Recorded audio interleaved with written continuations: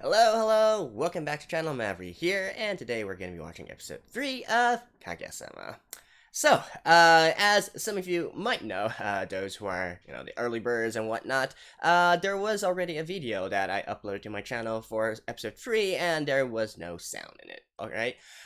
So what happened was that the cordage for my mic, kind of got, I don't know what really happened to it, but it's shot, and so I had to go out and replace it and all that good jazz. So, unfortunately, this means that the original video did have no sound at all. It's unrecoverable. There was never any sound that was recorded in it. So I'm gonna have to re-record the entire thing, basically. Which unfortunately makes this not an entirely blind reaction, since I've already seen the episode, and of course as I typically do my videos after blind reaction, I do go back and watch it again just to see if I missed anything, right? Thankfully, it was this episode, because this episode was really hilarious. I really enjoyed this one, so I guess I'm not too mad about the fact that I have to watch it again. It's just that I'm gonna have to go for it a little bit differently, right? I'm sure a lot of people here are here because of the blind reaction part, so you're just gonna have to deal with it for an episode. So I sincerely apologize, but there's really nothing I can do about that. So hopefully it will still be enjoyable. And also, I want to give a quick thank you guys to the support for episode 2, my twin reaction with Mad Lad of Culture. So once again, it was fun, and if you guys haven't subscribed to him, go subscribe to him. We're still thinking whether or not we can do something like that later on down the line with another episode of Kaguya. We'll see what happens, right? Yeah, if you guys do want to let us know. And so yeah, I think that's basically it. Oh, and by the way, I believe the opening for this, for Kaguya, right, the one of the featured singers, I mean, who is she called? Suzuki Airi? Right, there's the narrator, Suzuki-san, and then also collaboration of Suzuki Airi.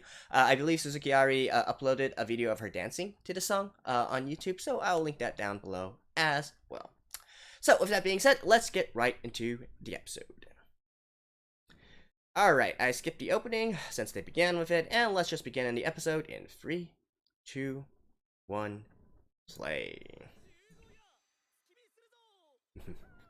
Woohoo!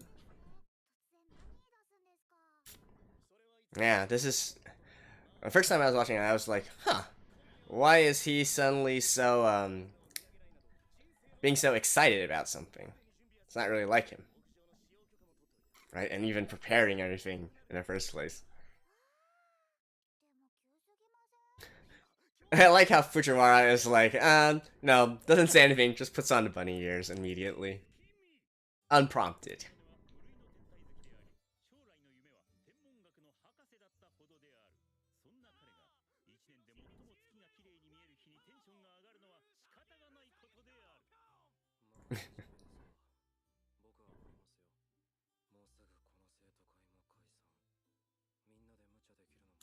I didn't quite get what Ishigami was saying while at in this episode at first, and I mean later on when they talk about the ending of the 67 Student Council, then it dawned on me.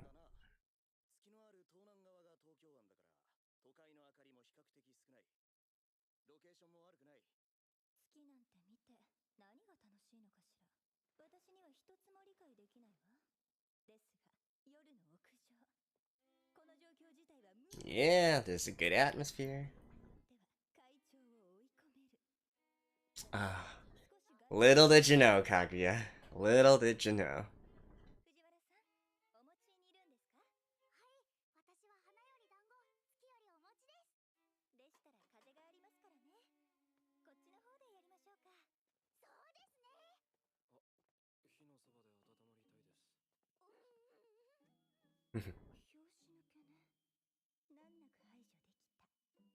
I kind of want to also know what went on between Ishigami and Fujiwara while they were cooking.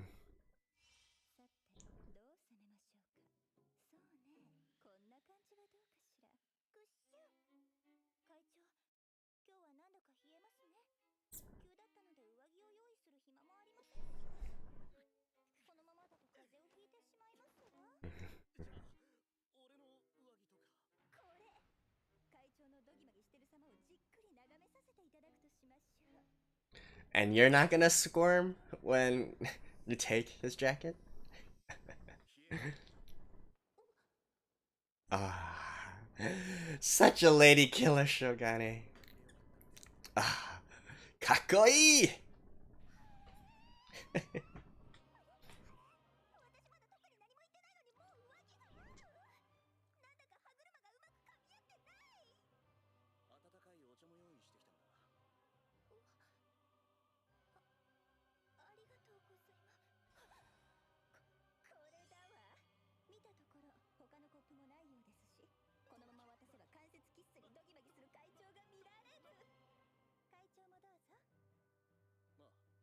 I mean, if it was normal Shirogane, I would assume he would just, like, turn it over. Oh, Kaguya! Oh, man.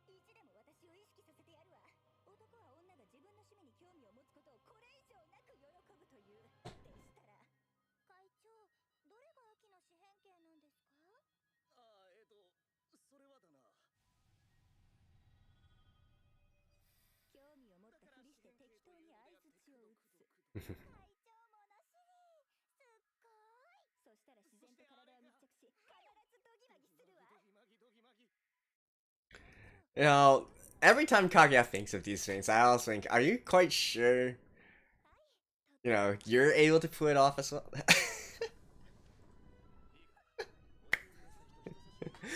Oh my god. Even after rewatching this still gets me. Like, how can Shirogane just pull her over so casually like that? Honestly.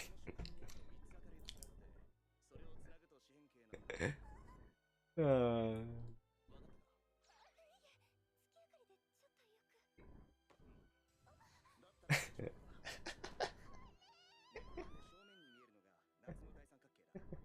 Look at his arm though!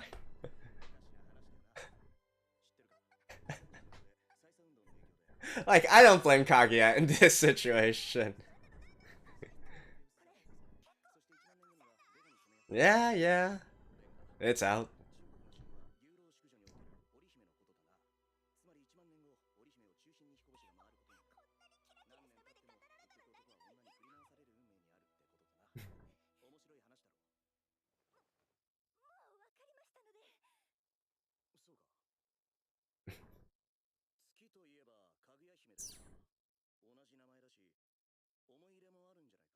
Mm.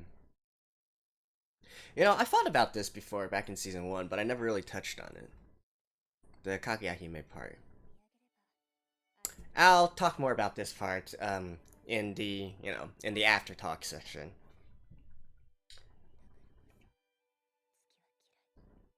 But so it is confirmed in this episode that Kaguya's namesake does come from the Japanese folklore Kaguya-hime.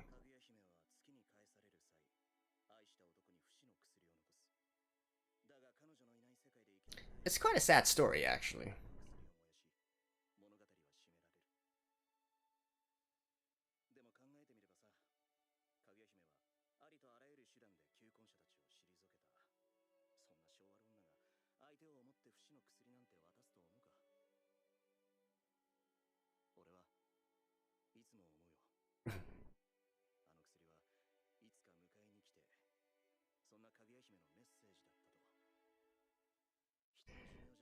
Such a smooth talker.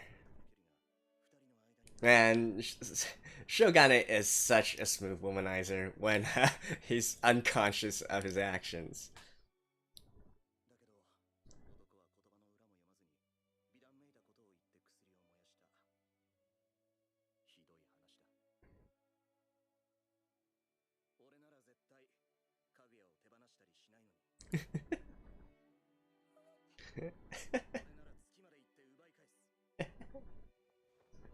You know, there's a girl named Kage right beside you now.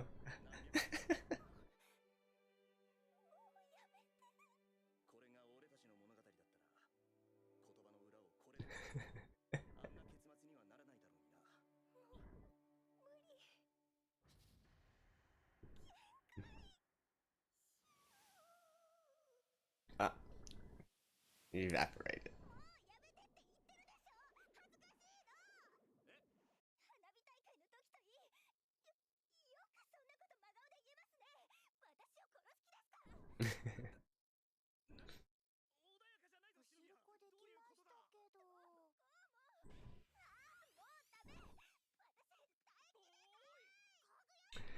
You guys should have came back, like, even 20 seconds earlier. You would have seen something really fun.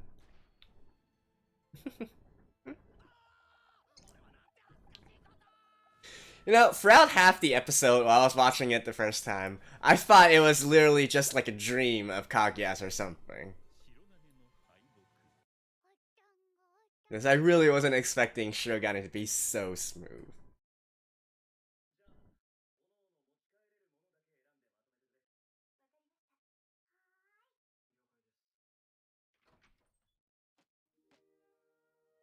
And then, you know, immediately after contrast of, the hilariousness of the last episode, we go into the emotional part.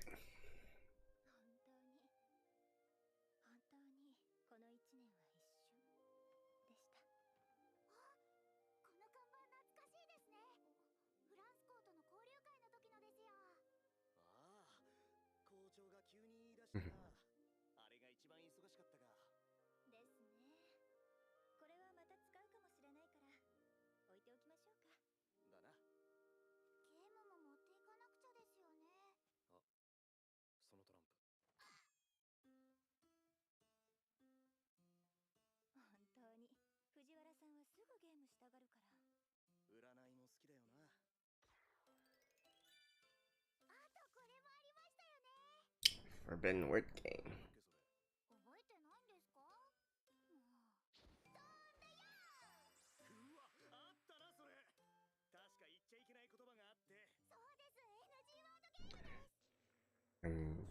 Ishigami wasn't here for that. You know, this would have been a perfect sort of recap episode, since they talk about like all that happened back in season 1.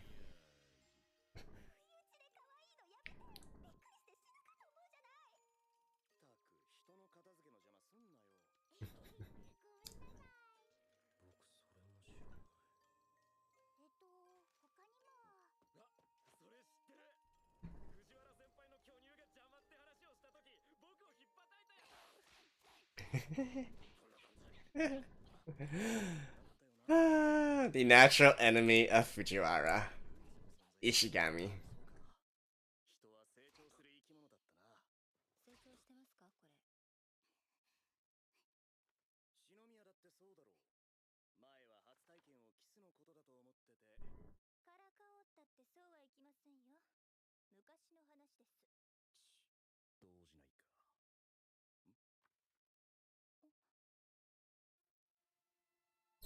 Ah, the very first episode.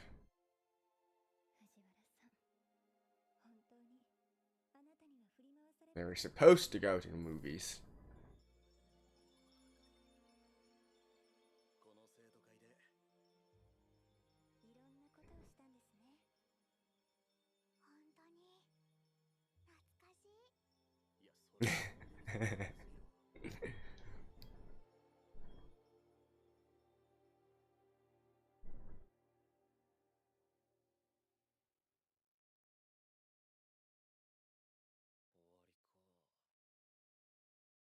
Sudden shift in mood.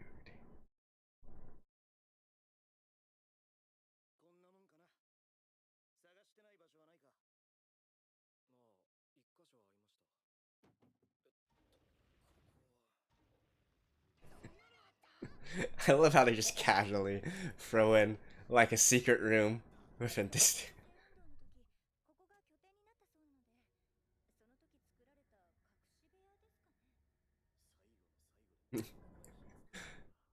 And I seriously thought they were actually going to explore it in this episode. But no, nothing happened, right? Just moving on.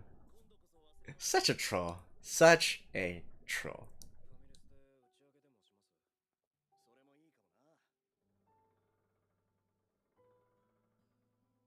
Pacha!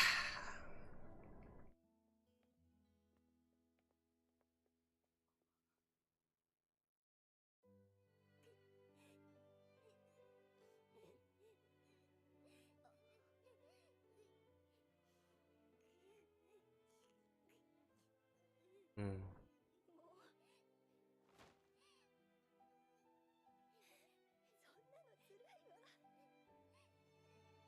Ah.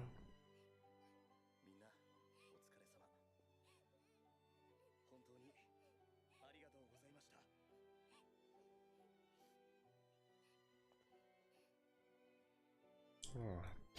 Oh yeah. And this music in the background, man.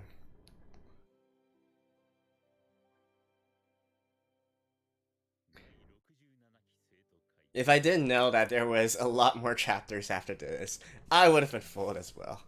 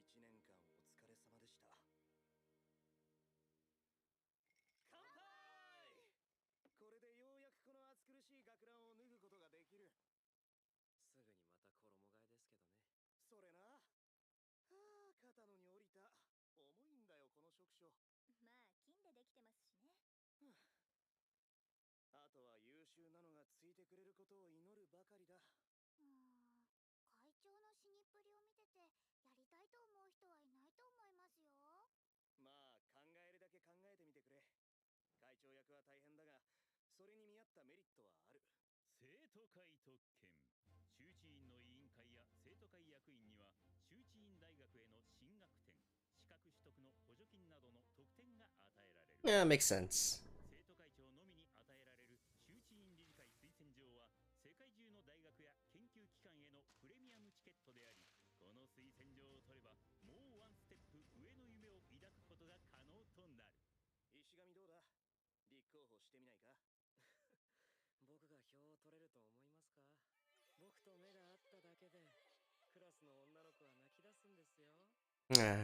You're too hard on yourself, Ishigami.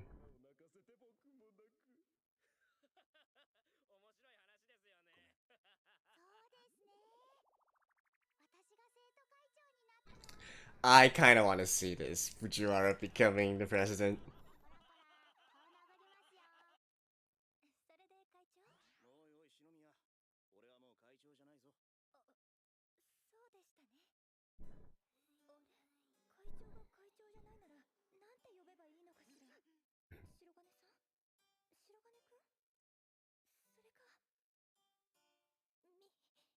Miyuki.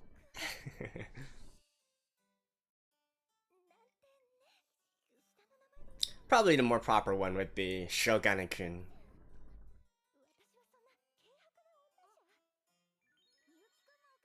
And of course, Fujiwara's just like, Miyuki!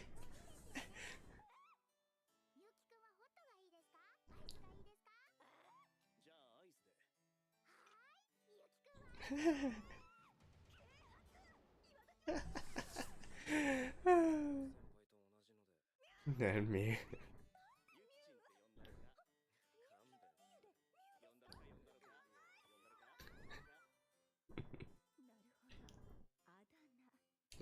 You guys imagine Kaguya calling Shirogane Mew?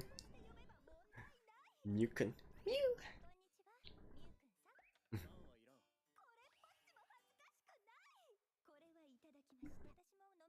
Really? You would think that it would be even more embarrassing to call him something like Mew.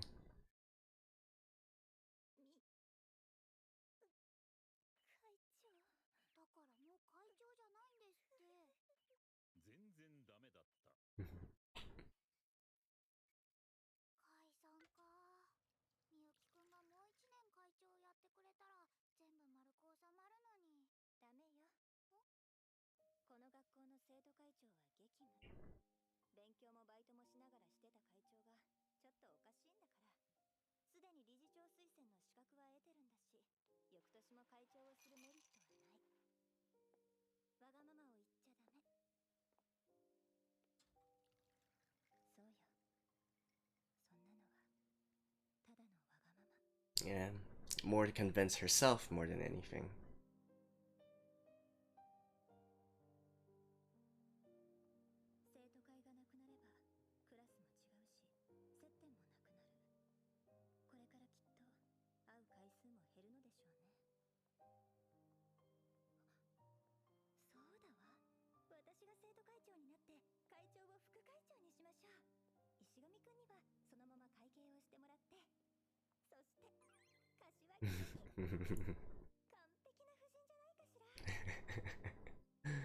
Look at the shadow of Fujiwara.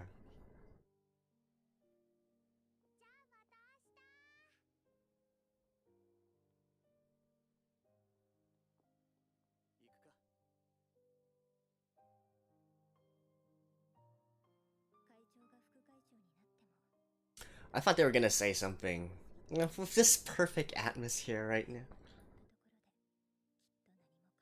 But I guess they got some other stuff to think about.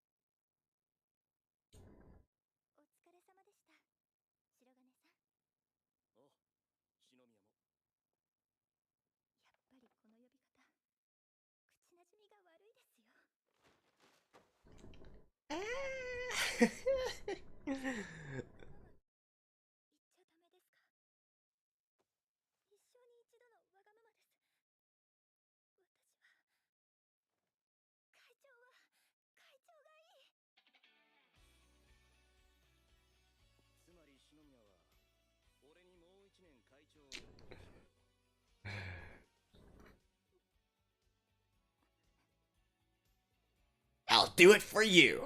Do it for love.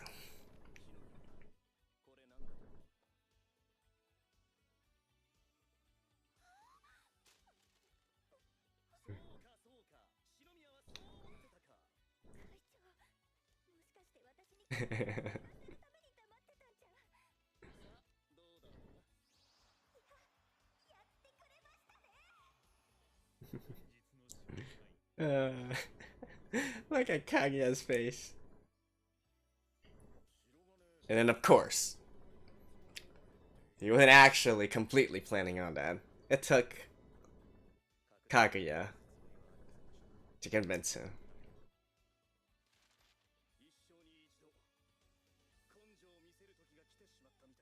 Do it for her!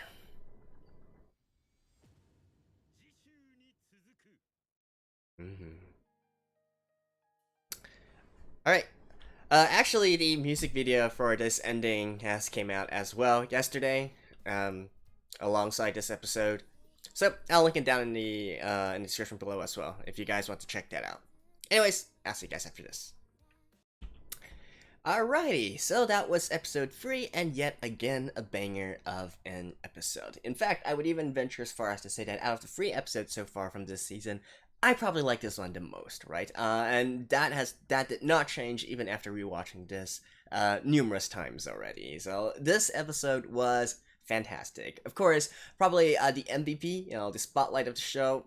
It's hard to say, right? You gotta give it to Kaguya, I think. You know, even though the entire story basically centers around her having this sort of split, a gap in her personality, the one between when she is cold and calm and collected and whatnot, and calculating, and then one where she's going all flustered and being all dare and such. You know, that's a central part of this story, right? It's part of what the appeal of the story. However, I think in this episode in particular, they turned the dial up to like 11, 12, completely blew it out of the water, even as a general setting. And gotta give a lot of props to the seiyuu of Kaguya as well, Koko Aoi. Really did a fantastic job, as usual, and even more so in this episode, right? So, I said that, I mean, for me, the MVP has to be Kaguya, right? You know, she's just giving out all these faces, having all these changes in moods and whatnot. I love it how every time she thinks she's going on the attack, but she never thinks about the consequences of her attack, right? Like, even if we took out everything in regards to Shirogane and how he was sort of oblivious to what he was doing from the moon watching part. Like, even if he was really conscious and whatnot and handed his jacket, his coat to Kaguya, Kaguya is still gonna be in the same exact predicament, right? She's gonna be flustered, she's gonna, oh, what to do? Can I really take his jacket and put it over me? And so on and so forth, right? Like, oh man, Kaguya is just too cute. But with that said, you know, I already mentioned how the MVP for me this episode is Kaguya. I gotta say, Shirogane, man, that is one smooth dude, right? He is a natural born lady killer. Especially considering he's doing all this subconsciously and whatnot. And it's a good thing that he has his sights set on Kaguya, and that he's not using, he has consciousness of his own actions, right? Otherwise, he would be like slaying girls left and right as a womanizer. Yeah. And that's basically it for this episode, honestly. It's just, oh, and one more thing, actually. I did like the sort of contrast that this episode brought in. So even though it was hilarious at the same time, it also brought up the sort of emotional side, particularly in regards to, okay, the 67 student council ending activities and whatnot. I actually didn't quite catch that on my first viewing. I was like, why are they being so sad for? But then it dawned on me that, yeah, typically student councils are elected every single year, and so, their time has come. It's time for them to disband and for new student council to be elected, right? Although, like I said, obviously, it's kind of spoiled in a way since we're not exactly following this series in real time with the manga and whatnot. Knowing that there are tons of chapters after this, it kind of takes some of the suspense out of it, right? So, I wasn't too sad by that, but still, I did like the sort of contrast between how it was in one scene, super hilarious, over the top,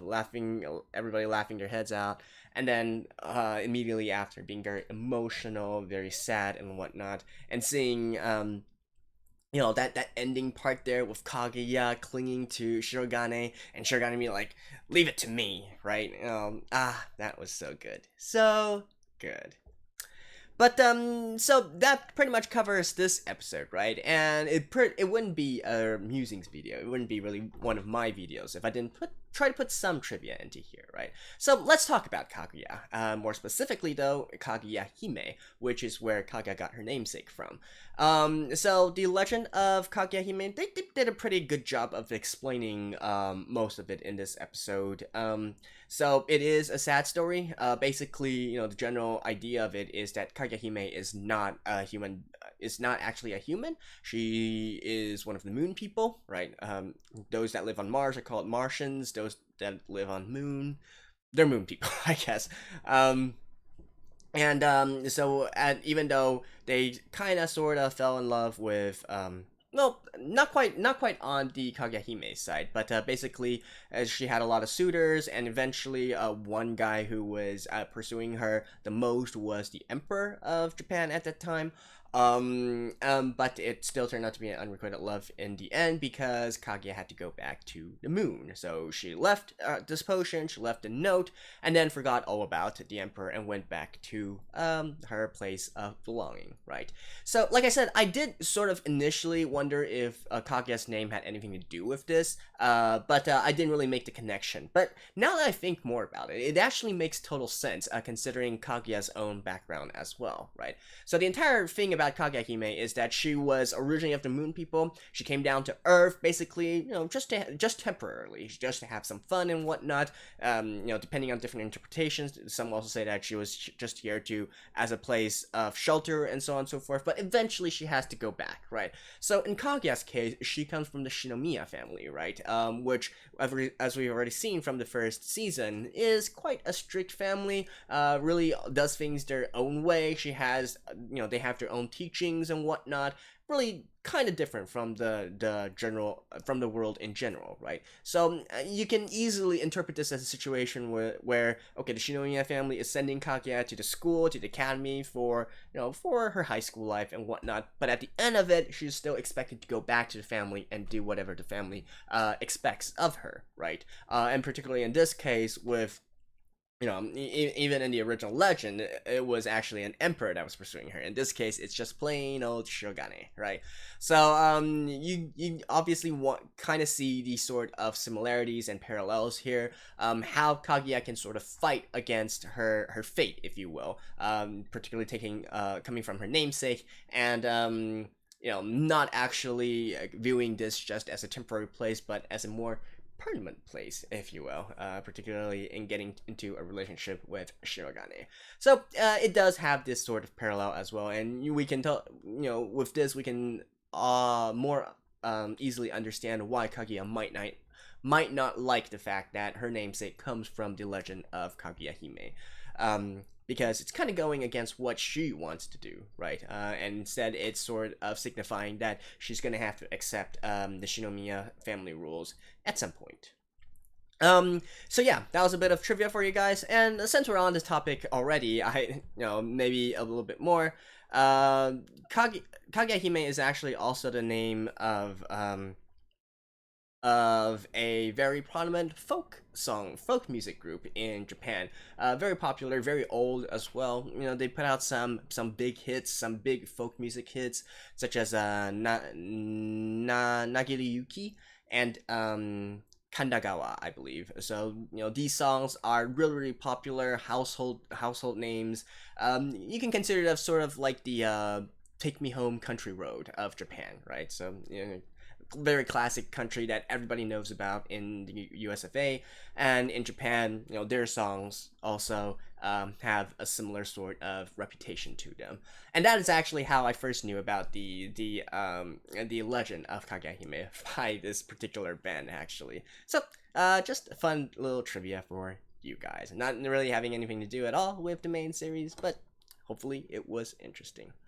So anyways, that's it for episode 3. Again, my apologies for having tech issues and whatnot, so it wasn't a completely blind reaction and all that, but still, you guys can obviously tell I still very much enjoyed it. So hopefully it can keep up its energy, and hopefully it's not going to be delayed by anything in regards to COVID-19, right? So fingers crossed for that. Anyways, I'll see you guys next episode. Until then, stay safe and bye-bye.